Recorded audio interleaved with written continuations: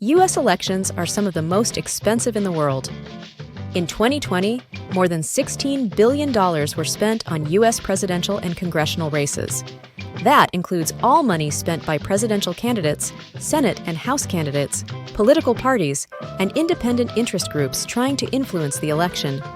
The amount does not include the cost of organizing and running elections, which in the United States are administered at the state and local levels. Those costs are harder to quantify, as they include government systems that make a democracy possible, including voter education, civil servants to carry out election laws, and a system to officially decide disputes. In 2018, U.S. researchers from the University of North Carolina estimated the cost of election administration in the United States to be at least $2 billion per year. In terms of campaign spending, the U.S. far outpaces most countries. In Britain's 2019 general election, political spending was 24 times less than in the 2020 U.S. election. During Australia's 2019 election, political parties spent less than half of what U.S. political parties spent per person the following year.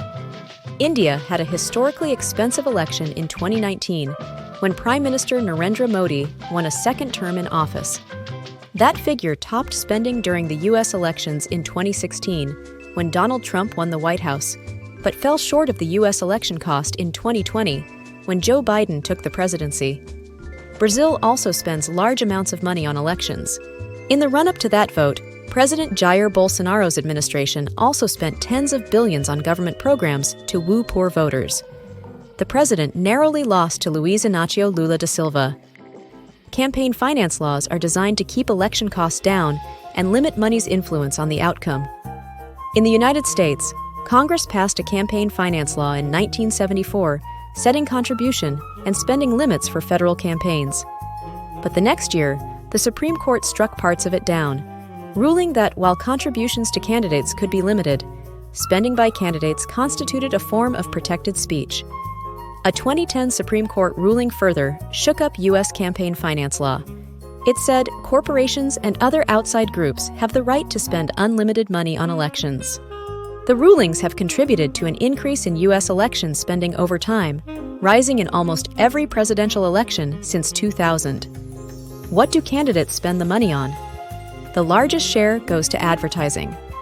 Other categories of spending include operational costs, campaign workers' salaries, and fundraising efforts to bring in even more money.